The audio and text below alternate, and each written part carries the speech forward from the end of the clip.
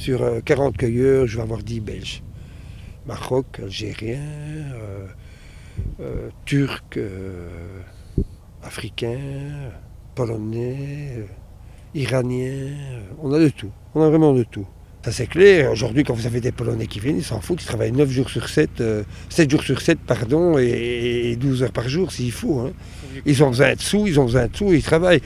Mais moi, j'ai beaucoup de camarades qui ont des Polonais chez eux, hein, donc ils les logent dans des endroits près de chez eux, dans des containers spécialisés pour accueillir ces gens-là.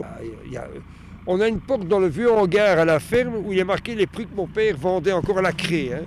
Il vendait des coqs oranges et des gondelles à 35 francs du kilo, au détail. Aujourd'hui, on ne vend pas nos pommes, on les vend à 70 cents, au détail. Ça fait 28 francs belges, quand on compte. Et là, il les vend à 35 francs. Il payait un homme combien? Pas 100 francs de l'heure. Hein. Il payait un homme à l'époque-là peut-être 2 euros de l'heure. Aujourd'hui, un homme, qu'est-ce qu'il nous coûte à la cueillette? 7,60 € plus les charges. Donc ça coûte terriblement cher et je trouve que le prix du fruit ne suit pas. Je vends des pommes au même prix qu'à 30 ans. Bon ok, on a des meilleures techniques pour produire un petit peu plus de kilos, mais c'est quand même trop juste.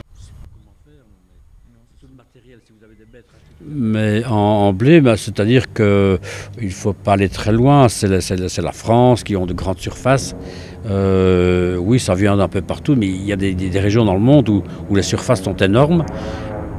Et c'est évident que si vous avez 500 hectares, vous gagnerez plus facilement votre vie que sur celui qui en a 60 ou 70 dans nos régions où chaque mètre carré coûte cher. Et surtout dans nos régions, il y a des gens intéressés pour acheter la terre et je pense bien qu'on va partir pour ce qui est de l'agriculture, vers les très grandes surfaces.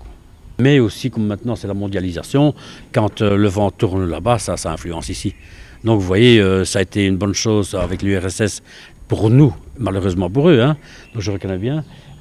C'était une bonne chose pour nous que les rendements étaient faibles là-bas, ça a fait augmenter nos prix. Il ne faut pas oublier que nous aussi on vit de l'exportation. Hein. Donc quelque part je me plains, mais quelque part je suis content d'exporter mes poires en Russie. Donc, vous savez, aujourd'hui on produit. En tout cas la culture fruitière belge produit beaucoup trop pour la consommation belge. Donc de toute façon, même si on mangeait que nos produits, on a trop de production pour pouvoir la commercialiser en Belgique. Et donc on est obligé d'exporter aussi, donc je ne peux pas trop critiquer non plus parce que quelque part, je veux dire, j'ai aussi besoin d'exporter pour vivre.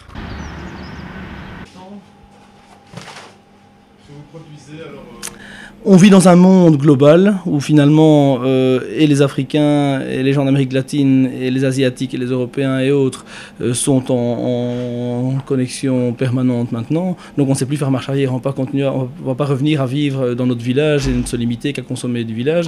Il vaudrait mieux que 10 agriculteurs puissent vivre sur 100 hectares qu'un seul agriculteur qui travaille sur 50 hectares. Mais voilà, donc c'est notre système de production qui nous pousse à produire de plus en plus et être de plus en plus efficace. Donc il faut qu'il y ait le moins de monde possible sur les plus grandes parcelles possibles. On voit le nombre de chômeurs, etc. Mais est-ce qu'on saura faire vivre en Belgique 20% de la population dans le monde agricole? C'est une autre question aussi.